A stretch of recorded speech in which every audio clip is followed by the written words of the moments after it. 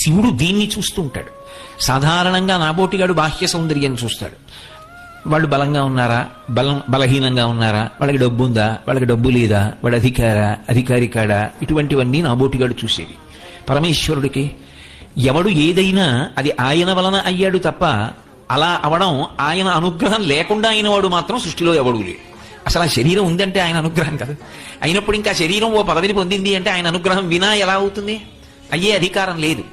అందుకే శంకరుడికి భక్తుడు అవ్వాలి అంటే ఉండవలసిన ఏకైక లక్షణం ఏమిటంటే ఆయన వినా నాకున్నది ఏదీ లేదు. ఇది 10 మాటలు పైకి చెప్పక్కర్లేదు, లోపల మాత్రం ఎప్పుడూ ఆ భావన ఎందే ఊంచుకుని ఉండాలి. ఇప్పుడు ఇది ఆయన అనుగ్రహం. ఒకడు నమస్కారం పెట్టాడు అనుకోండి, ఆయన గురించి చెప్పాను కదూ అందుకు. నా గురించి చెప్తే ఎవడు పెడతాడు? కోటేశ్వరరావు గారు తన గురించి చెప్తున్నారట అంటే మీలో 10 మంది వస్తారా? రారు. మీరందరు ఇంత కష్టపడి ఇంత దూరం ఇంతంత ప్రయాణాలు చేసి వచ్చి ఎందుకు కూర్చుంటున్నారు? నేను పార్వతీ కళ్యాణం చెప్తున్నాను కాబట్టి.